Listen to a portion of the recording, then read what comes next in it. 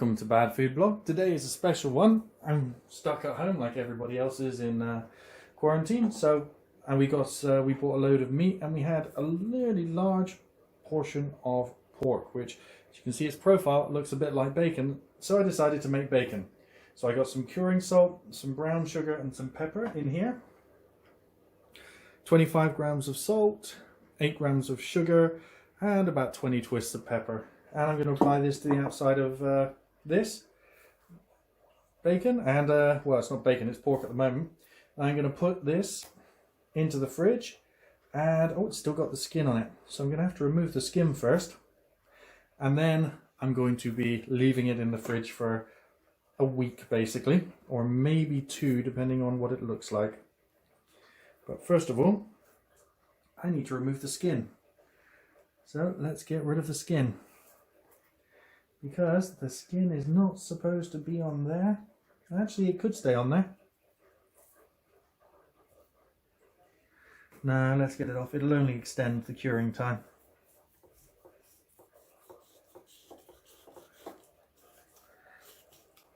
This is an extremely sharp knife. Luckily, the skin's already been how would you say, scored, which is just making it easier to remove. I think I can get the knife down the seam between the skin and the fat. Don't know if you ever butchered a pig, but as you can see, there's quite a natural division in the density, which if you get a good paring knife, like, well, this is a meat knife specifically designed for meat. It's extremely thin and extremely sharp, and is very good for paring meat from bone. And you should never do what I'm doing and cut towards your hand, but when paring and slicing between densities, you kind of want to feel what the knife is doing, and you need to apply pressure to keep yourself on the right track. Almost there. If I just lift up, you can see it lifting away on its own and just kind of cutting the fibres between the 2 layers here.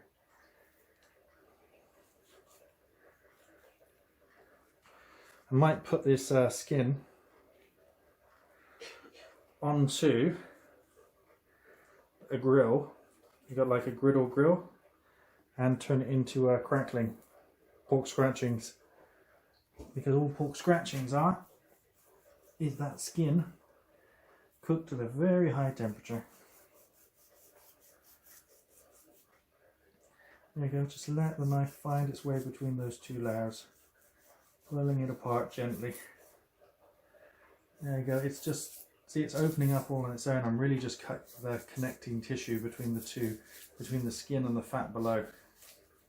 If you've ever skinned an animal, it's very similar to this. You don't want the skin on bacon. Fat's alright, but bacon rind is fat, not skin. There we go.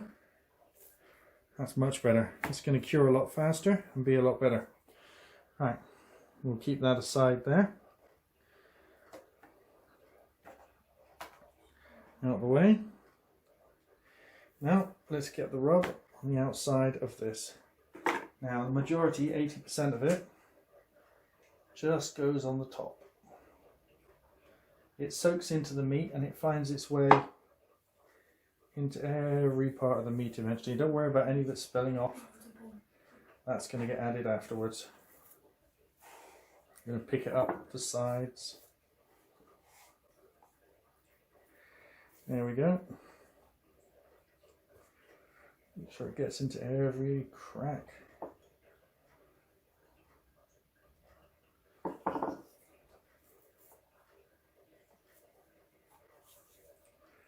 Yep. Liquid is going to come out. This is going to find its way chemically, just by osmosis, into every corner of the meat over the next 9 to 10 days. And you can see it's already changing the colour. Immediately, it'll start to turn it a darker colour as it chemically changes the meat. That's what the curing process is, and that's how you make bacon.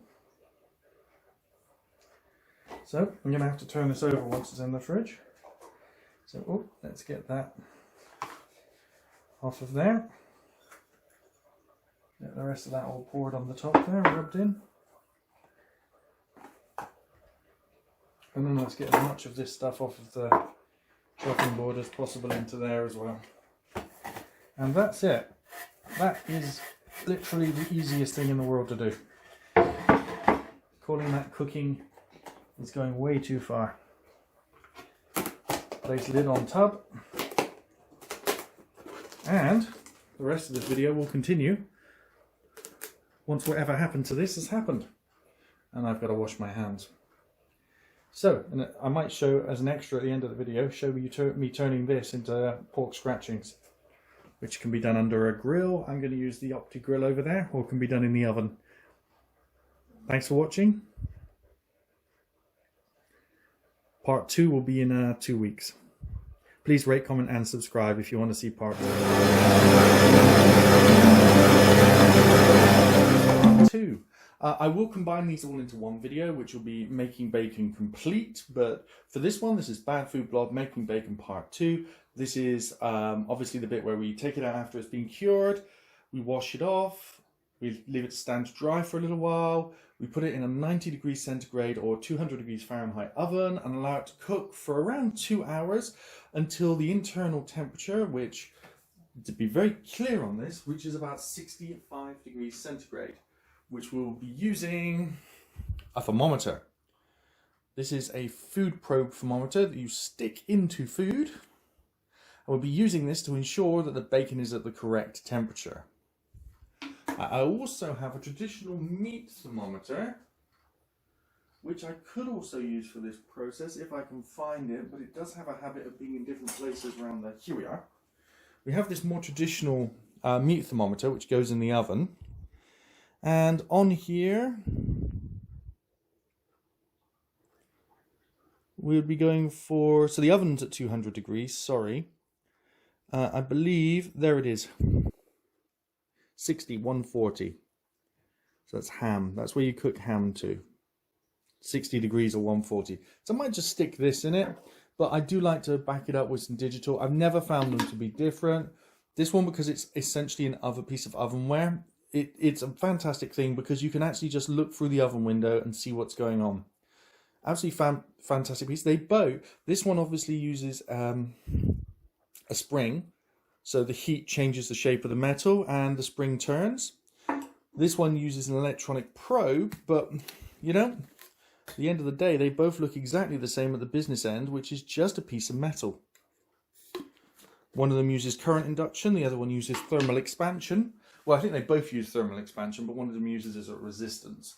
But at the end of the day, they're both calibrated, they both work very well. So let's have a look at how the bacon's gone on after 2 weeks in the fridge.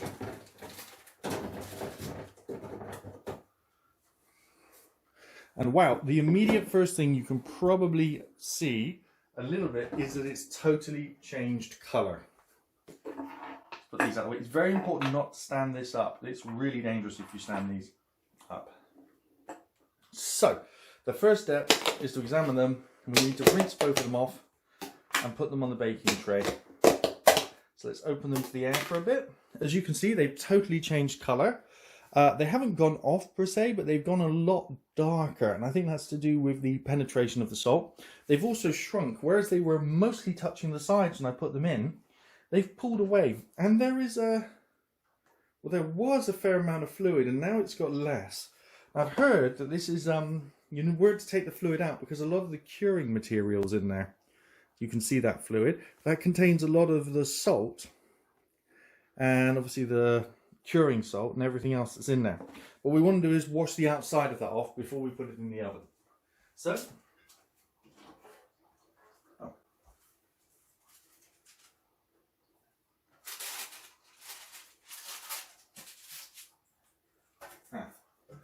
just putting some paper in the pan ready. So I have a pan here in which to there's a pan. It's got a bit of grease in the bottom. Is this? Oh dear. You're gonna have to wash this up quickly. Okay, I'll be back after I've washed that pan up. Oh, we have another one here. Is this one going to be large enough? I didn't realise that one was dirty.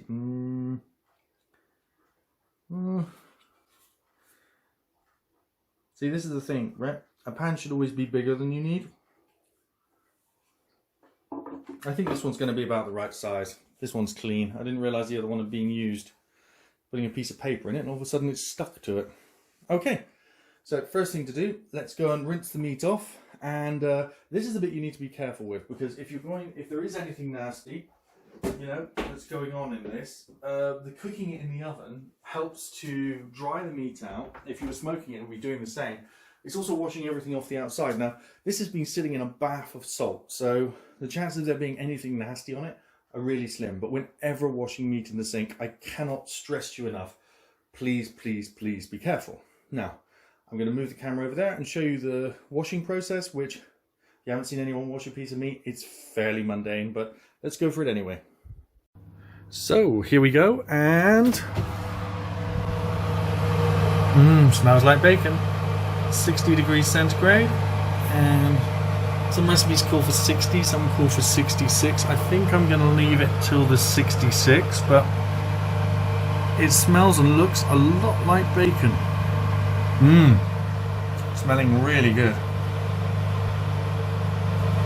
So let's leave it for another 10 minutes and see how it gets on. Yum, yum, yum, it's ready. There we go. Just between the 65 and 66. This one appears to be warmer than that one, so I'll take them out and probe them a few times. Yum, yum, yum. Ready, ready, ready. Oops. Okay, here we go. Here is the now prepared bacon. Let's use the heat probe on it. Check it's completely done. Well, the other second temperature probe anyway.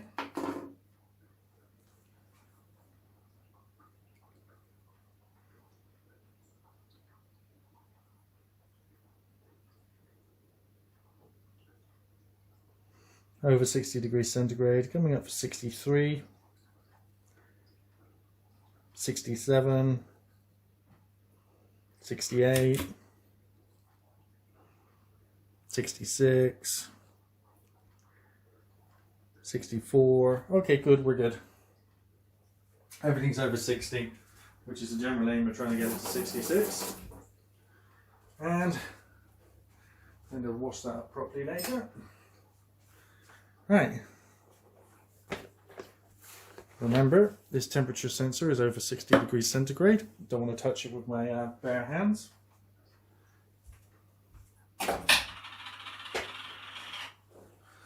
Right. This now needs to stand to cool down, but what you can do at this point is cut a couple of slices off and see what you've got. Quickly cook it and taste it and see if it's worked out okay.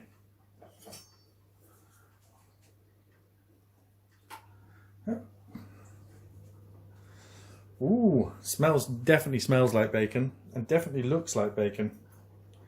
So let's cut off a couple of slices, put them in the frying pan and see what they turn out like. Well, it looks like ham. Remembering this is an American bacon recipe, where the bacon is slightly more cooked than English people like to get theirs. And let's take that to the frying pan and put it in. So now I leave it to fry, and we'll have a look at it once it's started to warm up. Well, the recipe I've used appears to have come out more like a ham than a bacon. I mean, they're definitely bacon portions, and whereas obviously heating them up to this temperature has made them sort of cooked all the way through, it would appear, which I'm not disappointed with, and it smells like bacon when it's cooking. Leave this to cool down and then place it in the refrigerator and then possibly a lot of it into the freezer.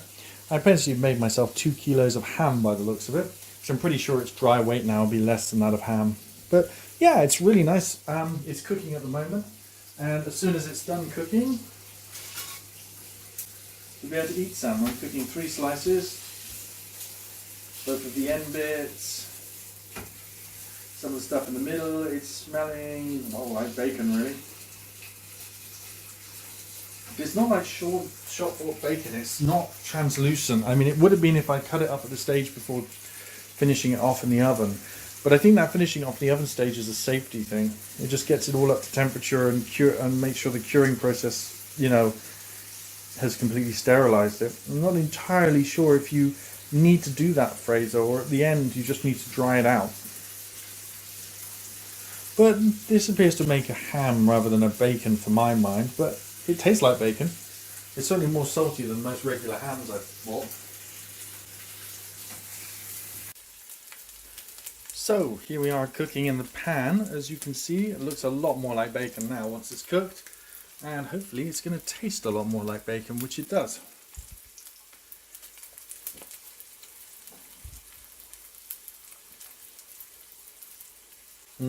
Smell coming off it, definitely bacon.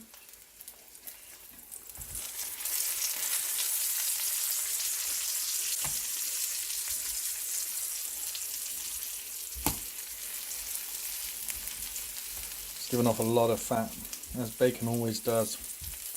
Not exactly a heart-healthy food we're dealing with here. Okay, I'm ready to make the bacon sandwich now.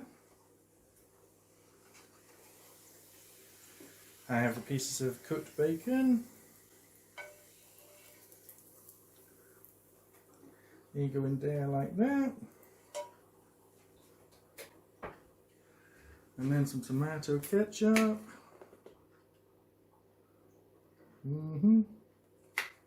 Oops, probably a tiny bit more. It's quite a lot of bacon. And then my really unevenly cut slice on the top. Yummy! And let's see what that tastes like. Oh, it's hopefully like a bacon sandwich.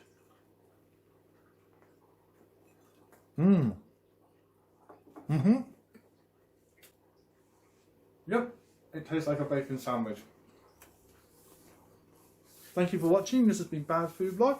This is the end of the homemade bacon two-parter, or the big long video if you're watching that one. Yum, yum, yum. Thanks for watching. Please rate, comment and subscribe.